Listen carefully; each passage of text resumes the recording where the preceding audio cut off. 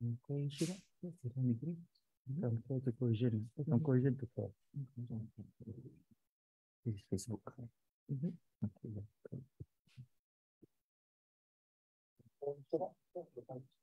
Okay, let's get the ball rolling. Okay, so hi Sarah, hi Chris. Thanks for being our panelist for today.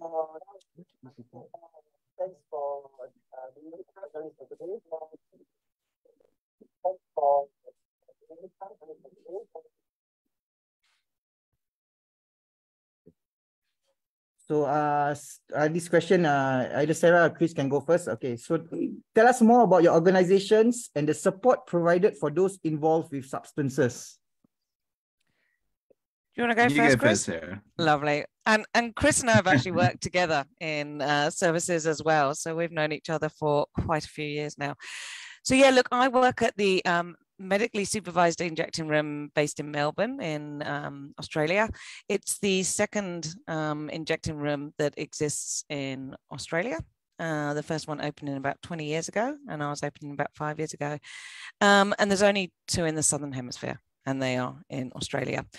So the whole idea of a supervised injecting facility, or more largely a drug consumption room, because that's what we are, is to reduce death and harm from injecting drug use episodes. Not there to condone drugs, just be pragmatic that drug use happens and to be responding to it in a health way and a harm reduction approach. So whilst we supervised injecting episodes for people, we also offer a whole raft of other health and psychosocial welfare services on site for people if they want to access them as well. So that's us in a nutshell. Cool. Shall I go? So, sure. Yeah. So across Australia, there are a network of what we call drug user organisations. And they're harm reduction organisations that are made up of people with lived experience of drug use and people who identify themselves as a kind of group in society as being a person who uses drugs. And so there's one in almost every jurisdiction in Australia, and I am part of the one that's run in the ACT in Canberra, the capital of Australia. We run a number of different programs for the community, but everything is based around a community centre, which people can drop into 5 days of the week, and they don't have to have an appointment. And we just let them, we have a chill space for them, what we call a drop-in centre or a chill-out space, and they can have a tea or a coffee. We provide meals for them as well. They can just be comfortable. And then when they're ready to talk to us about their health and well-being, we have a number of different programs that we can run, from giving people naloxone through to case management to help them with drug treatment or housing and homelessness, a whole care and protection, and legal issues that come from the criminalisation of drug use.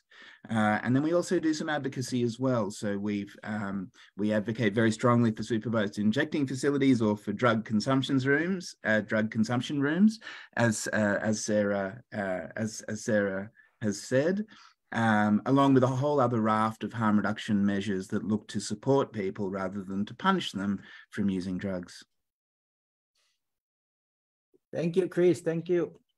So a question to Sarah. So while the person is using, they can go to the injecting rooms to your place? Yes. So do you want me to talk about how it actually works? Yeah. Yeah, great. So the injecting room, obviously people procure their drugs outside of the injecting room. They do that. We are situated in an area that's located near one of the largest, I think it's probably the largest heroin market in Australia. And you only place drug consumption rooms where they're needed. So North Richmond has been known as a place to go and buy your heroin for many years.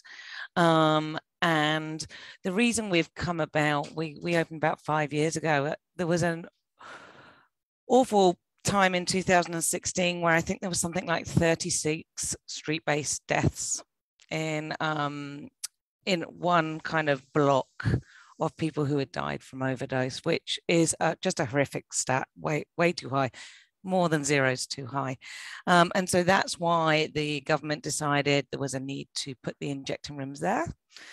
And the way it works is someone comes into our entry area. We run a needle syringe program out of that space as well. So people can just come and collect new, fresh equipment if they want and leave. But for others, they then continue the journey through. We're a non-judge, we are a confidential and also anonymous service. So whilst we do ask you register with us, you can register under whatever details you like. Whilst in Australia, we are so fortunate to have the harm reduction services we do. We have not yet dealt with the issues of stigma and discrimination. So for a lot of people, their drug use is something that might be shameful, or they need to be kept hidden, or fear of legal repercussions. So you can register under any name you want. That being said, you will visit under that name each time you come to us. Really, by and large, people give us their real names, though. We're a trusted service in the community, and we were well established. Our alcohol and other drug services were well established in that area before we started. So we already had that relationship with people that would come into the area to buy their drugs and then use their drugs. If you're going to think about how our service works, once you've registered with us for the first time, and the registration process, we do have to check that you meet our eligibility criteria. That eligibility criteria is not something that we set ourselves. That is something that the license holders, the Department of Health, have set for us, or the government, in fact. The government grant our license, and they have certain people that aren't allowed in.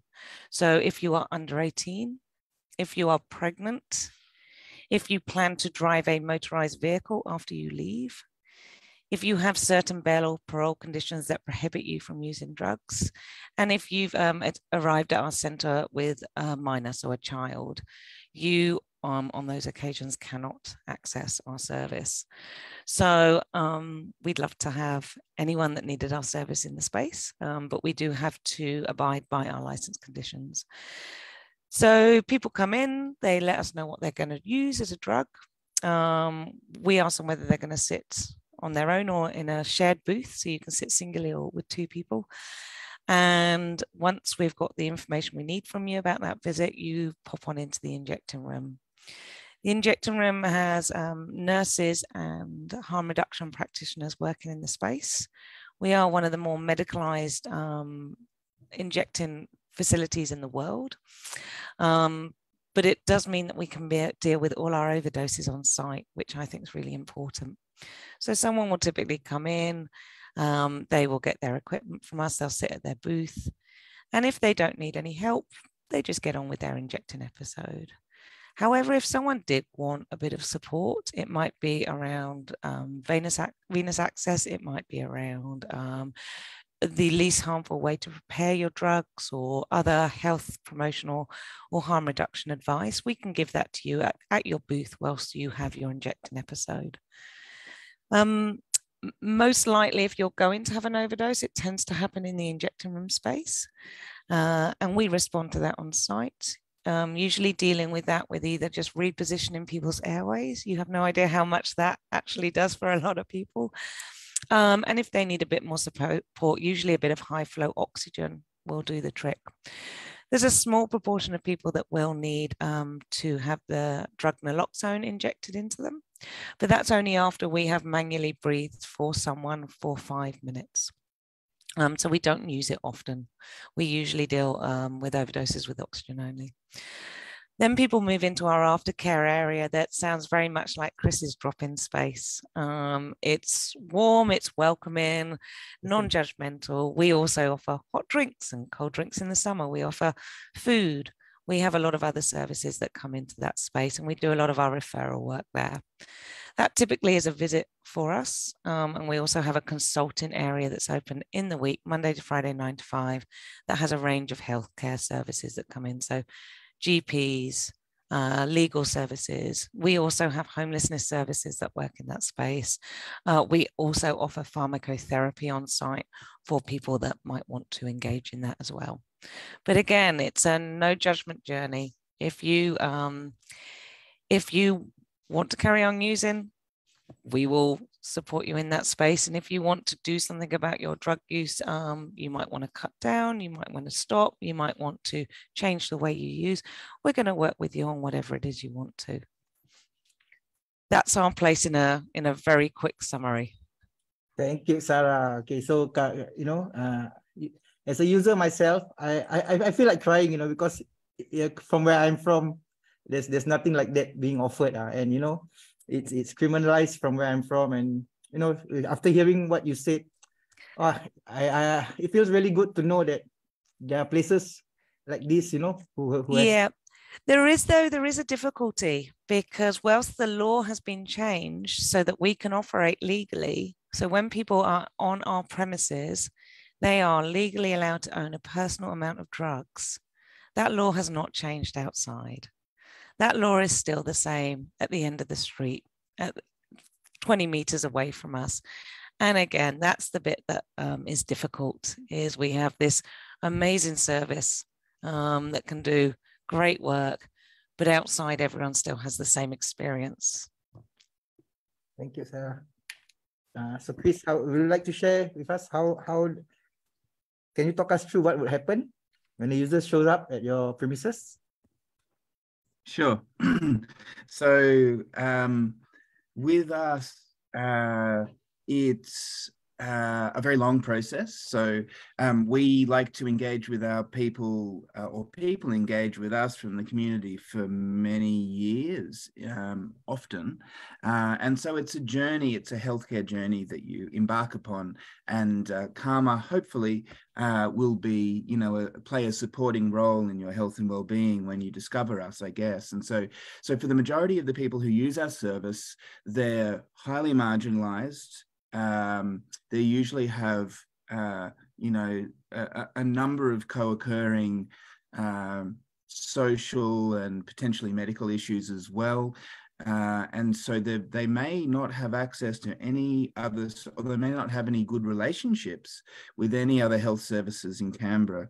And so we kind of start off there, building a relationship, and building trust. And because we've all been where that person who's coming in the door has been, and in many cases we are very, we know them socially, because our staff on Karma have all come up through they've all had lived experience in using drug treatment services in the ACT, and drug use itself. And so we use that to form a bond with them, to form trust with them. And then really we can take that person wherever they want to go in the healthcare system. And the process is we build trust, and then we have a case management service, or what we call peer treatment support, because people aren't cases to be managed, but people to be supported. So we call it peer treatment support, and that's about asking people what they want from their health and well-being, asking them what their healthcare goals are, and agreeing with them what we're going to help work on with them in terms of their goals, to make sure that we've both prioritized maybe 3 different aspects of their health and well-being, and then we'll support them through doing everything, through helping them navigate the healthcare system, going to appointments with them, providing material aid and support, and sometimes accommodation for them, and really being there and playing that journey of playing that part of supporting them through their journey. And then hopefully at the end of the journey, they'll actually start to be more confident in themselves, and they'll start to only reach out to us when they need our support, with them being empowered to be the clearinghouse for their own health information. So, and really being empowered to navigate the healthcare system themselves, and a number of other systems. So that's kind of the model that we work on. And then we have some Aboriginal workers. We run an Aboriginal and Torres Strait Islander project. And so we have 2 Aboriginal workers who help make sure that an Aboriginal, in particular Aboriginal, because we're a long way from the Torres Strait Islands, so it's usually Aboriginal people who come through our service, and you know, Aboriginal people have a really difficult journey in the healthcare system in Australia. And so we have identified Aboriginal staff at CARMA who can help make sure that their journey is culturally secure and safe for them. We also provide naloxone, which is the drug that Sarah mentioned to reverse overdoses. We train people and we train staff at other healthcare services, and we give out naloxone. We train people how to use it in the community. So, you know, how to reverse an overdose, how to ring the ambulance, what to say to the ambulance, how to keep yourself safe during those interactions, and a whole range of other a whole range of other services as well. So we have a doctor's clinic, a doctor and nurse come on Thursdays. We have a point of care testing machine for hepatitis C, so we can do hepatitis C testing and treatment on site. And then we have a program where we go out to people within the community, and we do barbecues in big housing estates. So at the moment we're doing 3 barbecues a week, and we feed about 200 people a week through our barbecue service. And then again, we have some members of the community who donate meals to us, and then we give them out through the drop-in centre as well. So we try and help support people wherever they fall through the cracks, regardless if it's they've been kicked out of their house. You know, we'll try and navigate them through the crisis accommodation sector. Yeah, and that's and then we also have a role in the advocacy changes, the law reform changes that have happened in Canberra and Australia as well. Thank you, Chris. You know, all the way from Singapore, I would love to salute and send my love to you guys for the work, for the amazing job that you guys are doing. I really love what you are doing, man. Keep it up. So may I just ask, what's the current top 3? Top 3 drug of choices in Australia currently? Well, in Melbourne, we primarily see in the injecting room people injecting heroin, or there's 2 small pockets in Melbourne where people not only inject heroin, but they add it to a gel cap called Unison, which is an over-the-counter antihistamine. Not great for the veins, but it's just these 2 little pockets within Melbourne, and we just happen to sit in one of those pockets. So the predominant drug injected is heroin, but then we'll get some methadone coming through, some methamphetamine. Cocaine's not really something we're seeing. You need to remember the drug prices in Australia compared to a lot of the rest of the world are very high. And so people will be making decisions as well based on the cost we have to pay. Just because we don't see a lot of methamphetamine use doesn't mean that's not happening within Australia. That's just, you know, the space we are in, the area we're in, already has a predominantly a heroin market. So that's why we see those drugs more at the injecting room. Chris, is the profile for you in Canberra much different? Oh, yeah, well, look, I think it's kind of where you are. So in your center, definitely that's your that's what you guys see. What I guess what we see is a little bit different, but not I mean, it's part of the same big picture. So we see about 20 to 30% of the people who come through CARMA's doors come to talk, they use heroin. And then we have and then about maybe 15 to 20% methamphetamine, maybe 15 to 20% alcohol, and then a little bit of cannabis and a few people for tobacco. But then we also do the can test pill checking, and that's a different picture again. And so what we see through that service, which is run by Directions Healthcare Services in partnership with Pill Testing Australia and CARMA, providing peer workers, is we see a lot of young people who want to use party drugs, and the kind of predominant drugs through that particular service, which is open more on Thursday and Friday nights, is MDMA. Ketamine is a big one, or derivatives of ketamine. We've seen a lot of derivatives of ketamine. A little bit of coke, a little bit of methamphetamine, and a tiny little bit of heroin. So I think, well, it's very, very diverse, and wherever you go across Australia, it will be significantly different. If in the capital cities you're looking at the kind of methamphetamine, heroin, MDMA, the kind of typical things you would describe as kind of, illicit drugs, or not, illicit drugs. And then as you go more towards the regional areas, you'll see more prescription drugs because there's less access to the market. And so you see a lot of prescription opioids and some prescription kind of amphetamine stimulants and also benzodiazepines. So and then up towards the north of Australia, you start to get some cultural overlay there in terms of the Northern Territory and importing kava and things like that. So it's quite diverse. Thank you, Chris. So I would like to ask you all this important question. How do you address views that harm reduction encourages or enables drug use? What are the biggest challenges you face in inviting users and non-users to embrace the value of harm reduction?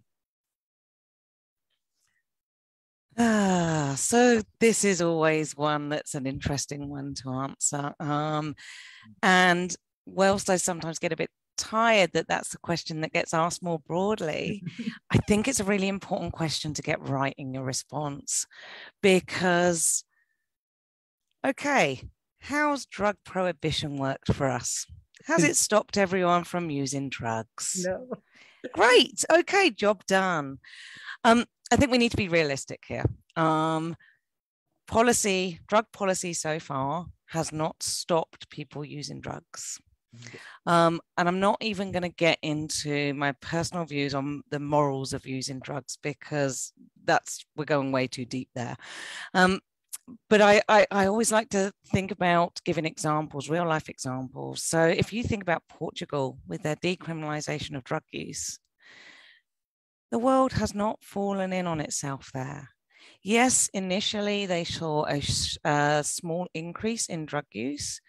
They actually then saw an ongoing decrease, and the numbers fell to lower than it was before.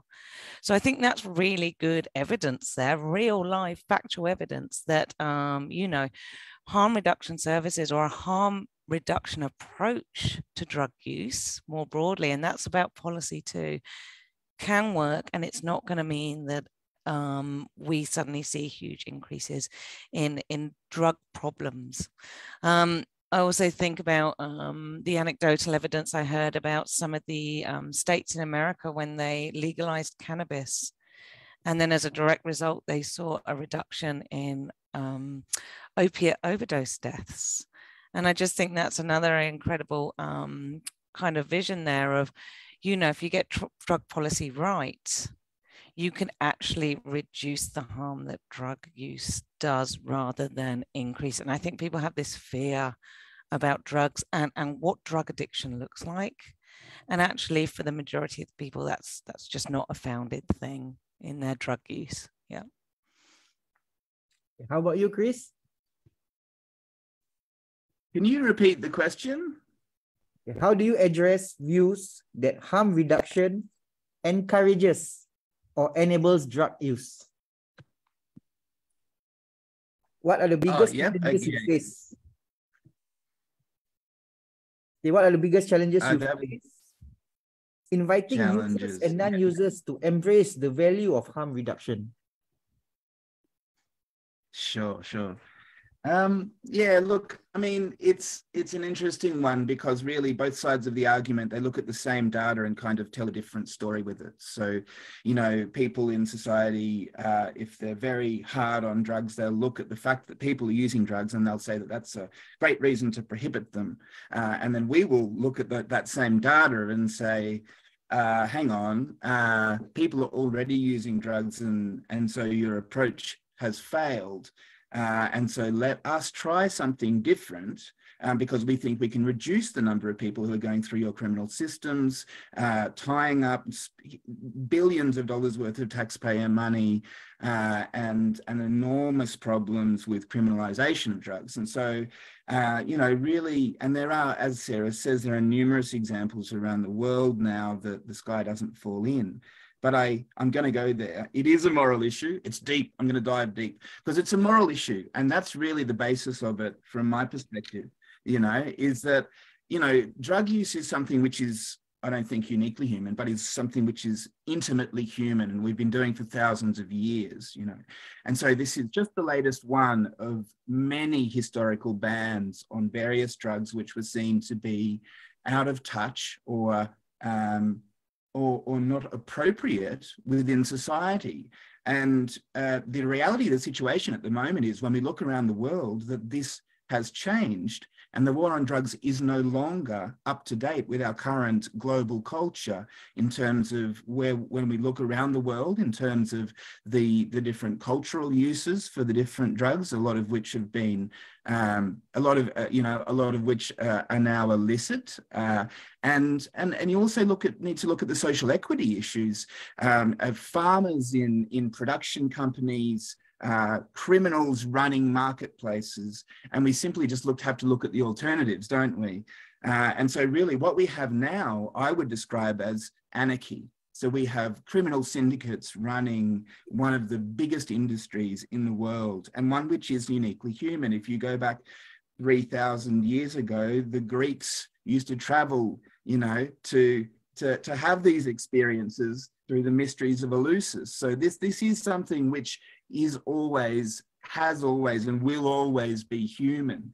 And that's the difficult part about this, and that's the challenging part, is that we're criminalizing people, we're making people hide, and we're forcing them in a way to harm themselves by using these drugs in ways without providing education. And then we're wondering why it all fails. So that's why this day is so critically important. You know, support, don't punish is something which the police in Australia are starting to wrap their heads around, for example.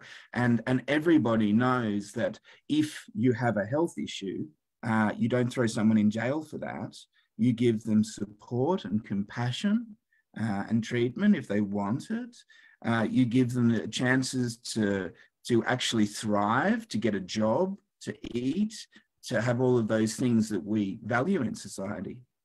And so I really feel, and so to be perfectly honest, I think it's a bit of a fairy tale that's trotted out every time to be hard on drugs. Surely people will go to drugs. Sorry, guys, the horse has already bolted on that one. Everybody's using them, and so now we, as a compassionate society, need to make sure that every single one of our citizens is able to lead a respected and fulfilled life and not have their human rights impinged on their choices to do what they want with their body. Thank you, Chris. So, 7 more minutes. Okay. So the next question is, what do you want for the future in terms of access to harm reduction? What changes are most urgent?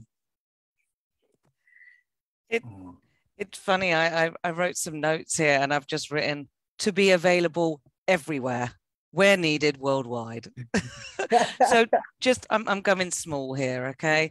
I think, you know, it's very easy when I'm sitting in Australia and I am sitting there moaning that, oh, the 16 and 17-year-olds that can collect needles from our needle syringe program can't come and use our injecting room, or that pregnant lady can't. The fact that we have an injecting room, I need to remind myself, and you know, we were at the harm reduction conference, the International Harm Reduction Conference, and that always brings me back to reality that I'm so lucky in the countries I've worked in. Whilst we can do more, and we should never just be happy with what we got, we should always strive for more in our countries. We are in a much more fortunate space than other countries. So I guess for me, it was to be available, for harm reduction to be available everywhere worldwide where it was needed. And for the world to be a non-judgmental and non-stigmatizing space for people who use drugs. So just some little ticket items there to work on. Lovely, lovely.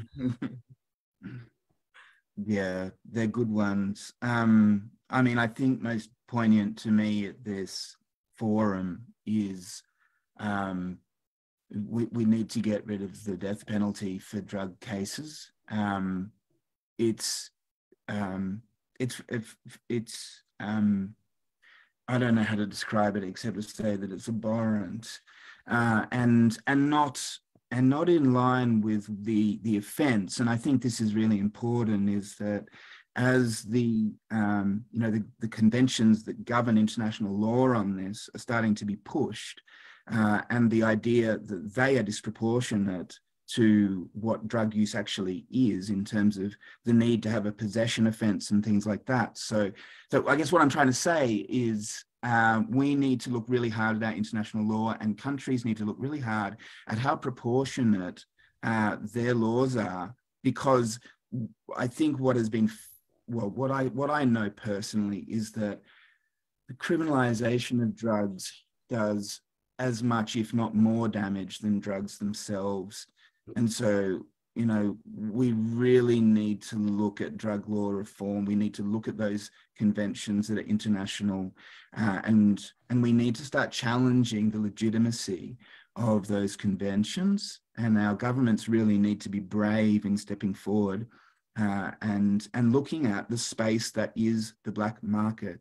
And they need to listen to people who use drugs and treatment providers and experts. And you know, they need to think really carefully about the next step, because the war on drugs is currently, you know, is currently destroying people's lives. So what is needed? A different approach. We need a compassionate approach, and we need to really tackle the big issues about how the supply of drugs is dealt with across the world. We need to start empowering those primary producers of those drugs, or giving them meaningful alternatives.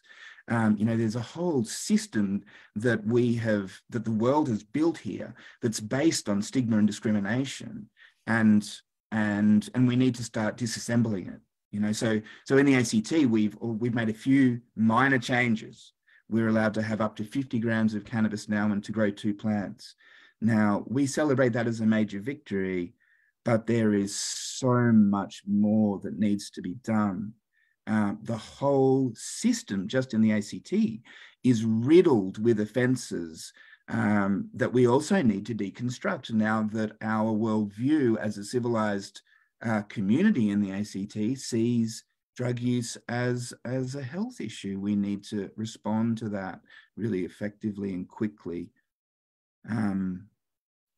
Yeah, cool.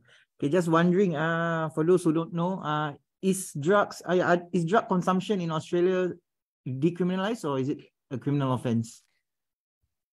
It depends what state you're in. So Chris just noted about cannabis in Canberra.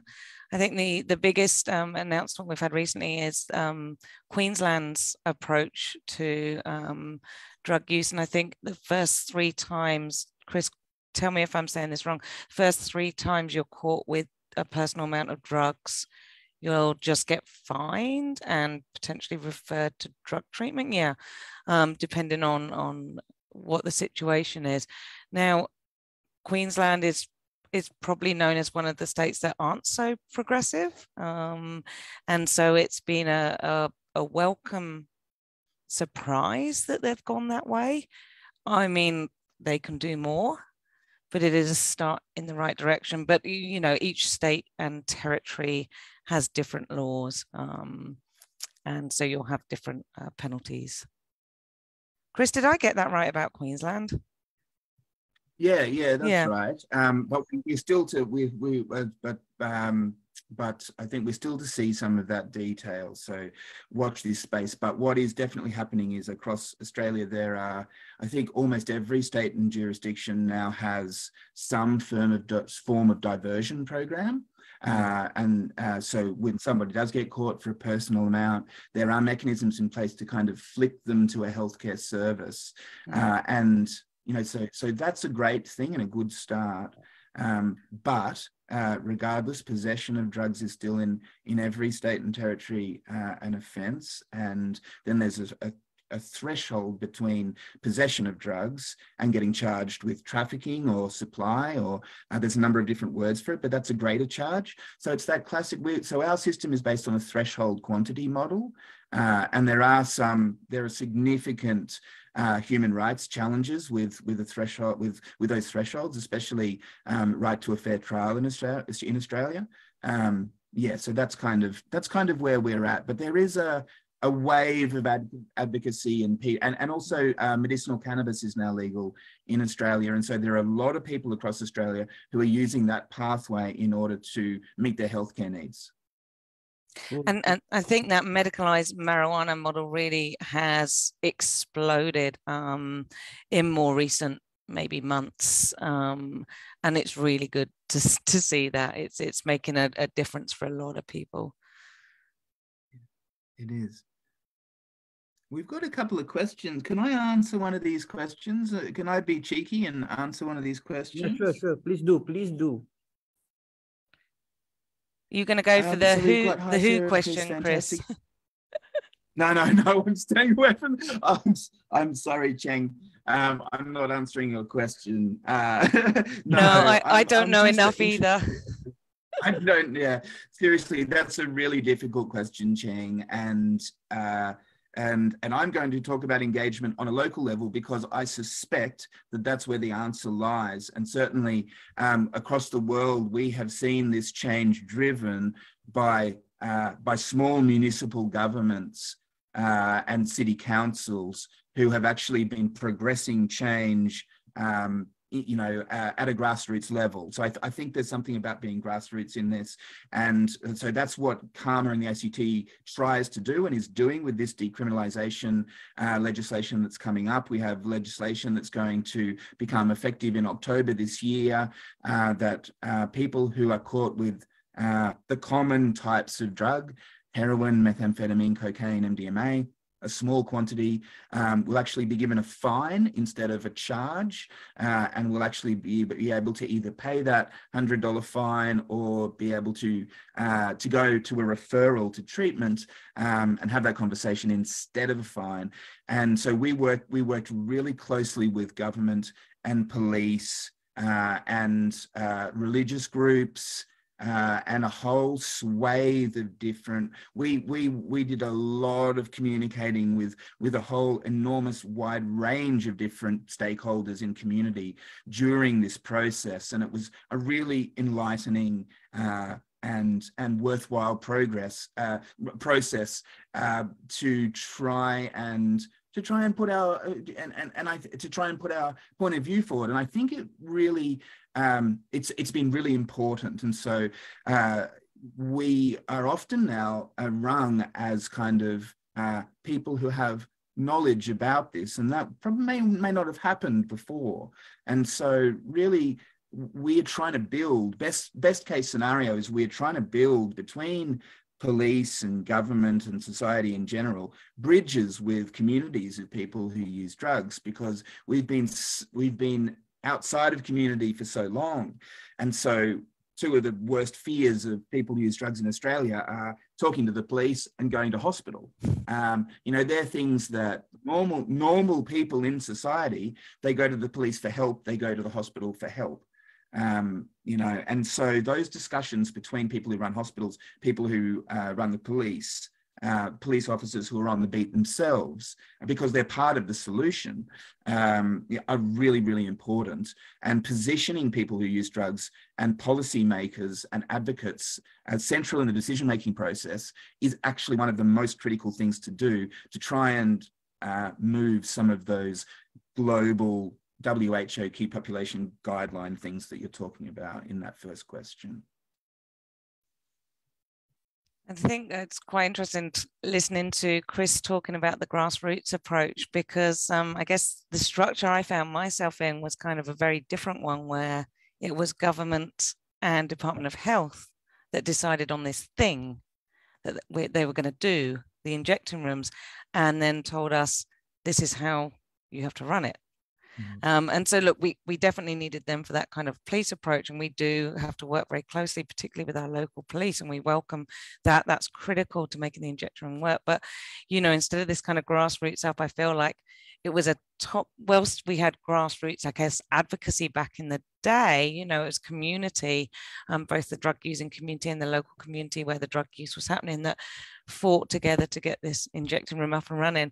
It then got completely taken over, and, you know, we were told how we were going to run that. And I think whilst it's great to see government and Department of Health having an interest, sometimes government don't always know the best approach for people who use drugs, and so it can be a bit tricky sometimes. Great. So this is why a very important question I'd like to ask.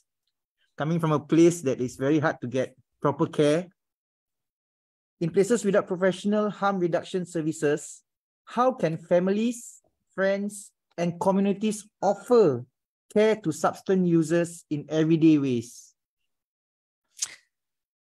Yeah. So I guess the first thing is about creating safe space. Creating safe space to discuss and be open about drug use. When people have to hide in the shadows for fear of whatever, how can you have decent dialogue and decent support? We bang on about stigma and discrimination all the time, but it can't be overstated, the effect that has. Like, we get feedback forms completed from people that use our service that say, thank you for treating me nicely. Thank you for treating me like a human being. And I always get really upset when I talk about it to people, because I say, this is a basic human right to be treated with dignity. Like, why are people taking time out to thank us for something that they should have as a basic expectation in their everyday interactions? So I think that non-judgmental piece is really important. I think it's crucial, particularly with sort of families and friends, to be informed and seek to understand. You know, don't make, you know, I talked about the non-judgmental, but don't make assumptions. Let people tell their own story and believe them. And I think the final thing I just wrote was be kind. Be kind to people who use drugs. They're nice people. Thank you. Yeah. It's really difficult. You know, it's really difficult. And look, this isn't, you know, I mean, my family's struggled with my drug use for many years. And it took me 20 years to get the balance right for our family. And it'll be different for every family. It's very, very difficult on loved ones, especially because people who use drugs, they'll have periods where, you know, they'll use more and more drugs, and, you know, they're just in that headspace, and then they might kind of, you know, stop using drugs for a while and then start again. So it's kind of it's a bit of a cycle. And so for family members, that can be incredibly frustrating and difficult to support someone when they think that their goal is for the person to stop using drugs. And so, you know, one thing to realize, I guess, is that providing that support and that compassion that Sarah is talking about is crucially important, and that space to have those conversations is absolutely the first step. But the initiative to stop using or to become in control of your drug use or whatever has to come from the person who's using drugs, or it can become really damaging to your family relationships or your friendly relationships. And so that's the bit of support that's really quite difficult. And we're very lucky in Australia. We have a number of organizations who specifically support the families of people who use drugs. And so I think the first thing I'd say was make sure that you're getting the right support for yourself. And then that compassion stuff really comes in, because if you kind of tough love it and and kind of, you know, try and enforce your will on the person or what you think is the right outcome for them. You know, it's far from a person-centered approach, and we know in healthcare, modern healthcare, that's not ideal, and it tends to lead to less ideal outcomes, or to people stopping interacting or stopping going to the treatment. And so it becomes a kind of long-term support and support game, and very difficult for people to do. And a lot of that difficulty comes back again to the criminalization of drug use. So families start to hide things, and, you know, it can become ridiculous. So my key message would just be support, don't punish, be compassionate, seek help and support for yourself, and really start to have a think about, you know, I would encourage people to think about the morality of drug use, and whether in this modern day and age, you know, where it sits with your moral compass, because the trick here is to realize that, and that morally, you know, it's not the end of the world. And I think that moral stories, so for example, religion will come into play here around, you know, how you perceive drug use and how you morally treat it. And in the past, and certainly this has actually been written into international law, it's been seen in very moralistic language. And I think I think one of the steps that we need to wrap our head around is getting rid of that moral part of the discussion, and discussing, you know, really in broader terms, you know, what will be healthy for our society going forwards. Thank you, Chris. You know, when you talk about family, I really could relate to you, you know, because it happened to me too. My family suffered a lot through my addiction, and I'm fortunate enough to have loving and very compassionate support, which I have now, which is alternative way. Usually, in Singapore, we usually get sent to jail, and, you know, so it's lovely to see that there are other ways to support a human being. Thank you. So, after hearing all the beautiful and lovely things you do in Australia, let me ask you, what was your journey to the work you do now? Oh gosh, I know I fell into it. I didn't know I was going to end up doing this. So I grew up in the UK, and that's where I discovered harm reduction. I actually discovered it kind of I was working in homelessness, and with that work, I started specializing in supporting people who were homeless and also use drugs. So we were one of the few crisis accommodation where you could live with us and use your drugs on site. So that was the kind of my introduction was, oh, suddenly I've got a whole load of people using drugs in this building, and I've got to support them in a way that I'm not used to. You know, this is all new to me. So quickly got onto the kind of harm reduction bandwagon there pretty fast, and had someone that worked in an injecting room come and work in my hostel in England. And I said, when I moved to Australia, that's where I'm going to work. Hey presto, I rocked up to Australia and I was applied for a job, and I've never looked back. I mean, it's your tribe, harm reduction. Once you've got into it and found your people, it's so important. And I can't believe it was a movement that I knew nothing about. And now I'm so fortunate to know so much about it and to believe in it and to be part of that harm reduction journey. My journey is a common one for a lot of people who use drugs and identifies people who use drugs.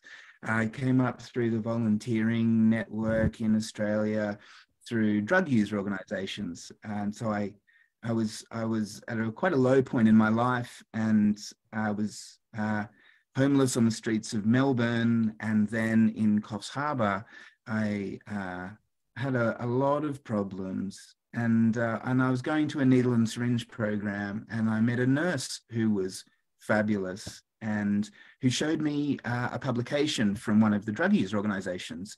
It's called Users News. And I opened up this book, this magazine, and it had I could see these were my people. Like, they were talking and they were using their experiences of drug use, which by that stage I had considerable expertise in, but they were using it for good. And so I started to realize I could kind of flip 10 years worth of drug use and really feeling outside of society and being homeless and living in poverty. I did have expertise from that. And so I got involved and started doing some volunteer work with Newer, one of the organizations in Australia, and the rest is history. Yeah, but no, I like Sarah, I would have never, I'm like I've got a degree in entomology, like I should be working in agriculture somewhere, but that's life. Thank you, both of you. After listening to you guys, do wish us luck that we can have something like what you guys have in Singapore, and we'll really work very hard towards it. Okay, there's a question from the audience. Absolutely.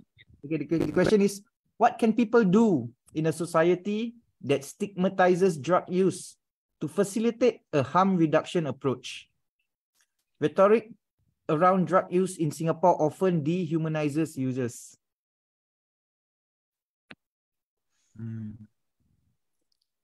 Yeah, gosh, that's tricky, because that person, I often hear, and I don't know what you think about this, Chris, I often hear people talking about, I guess, trying to humanize the person.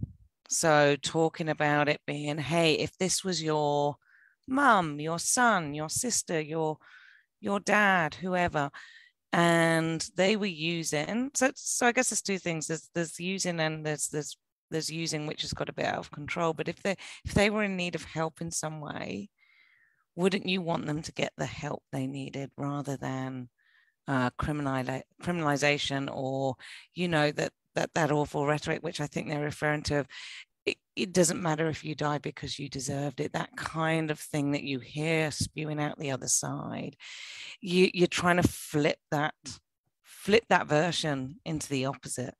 And so by talking about real, connecting with people, making it real to them, hopefully you can personalize things and make a connection there. I know in Melbourne, it took a whole load of people dying to get an injecting room. Like, these things often don't happen just because everyone thought it was a jolly good idea. It happens because there is a community yelling out saying we are all on our knees and we want you to do something, otherwise we won't vote you in, or whatever it might be, forcing those political hands in some ways. It's unfortunate it often takes those extents. Chris, do you have other thoughts maybe? Oh, yeah. I mean, look, very different situation in Singapore, for example, than Australia. So I guess the first thing I would say is just to be aware that this stuff, you need to approach it in a manner that makes sure that you're personally safe. And I mean, even in Australia, there have been some instances where I've done it myself, actually. I've been quite shocked with giving personal details about my life and my lived experience, because examples of lived experience are often the best ways to actually make politicians and policymakers realize what their policies are actually doing to people. So those examples are very useful, but they can also be very dangerous. And so please be safe with your advocacy. And so having groups, working in groups and advocacy groups, like obviously you're doing at the Transformative Justice Collective, is a fabulous way.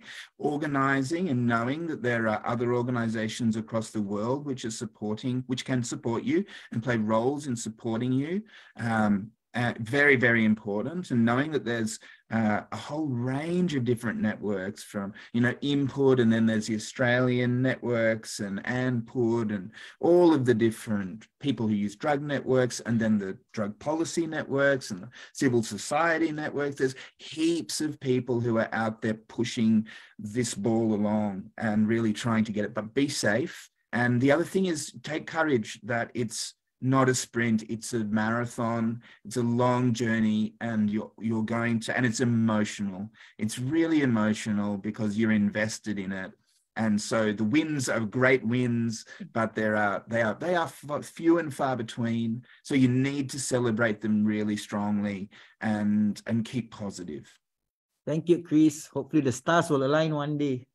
Okay, guys, we're gonna come to an end soon. Would Sasha and Chris, do you want to add anything before we go off?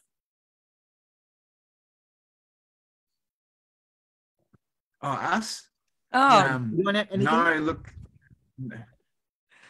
No. Thank you very much. It's been a real pleasure to be with you guys tonight. Yeah, thank you. And look, we're Karma is here if you need us. Okay. Thank you, Chris. Sasha, anything to add? nothing from. Sorry, Sarah. That's why you threw us, I think, calling me Sarah. No, nothing to add. Just thank you so much for inviting us and giving us the opportunity. And I do really, I know that we come from. We're talking from a place of privilege with the service, you know, the service that I'm involved in, and I really appreciate that a lot of people are doing it really hard elsewhere, yourselves included, particularly with some of your drug laws. So just keep fighting the fight. We've got your back. From the bottom of our hearts, we'd like to thank both of you for giving us your time. And I know it's late night in Australia now. And we love to chat more. So sadly we have to come to an end now. And hope to see y'all around, man. Take care. Thank you. Bye bye. See ya. Okay. Thank you. See you guys. Bye.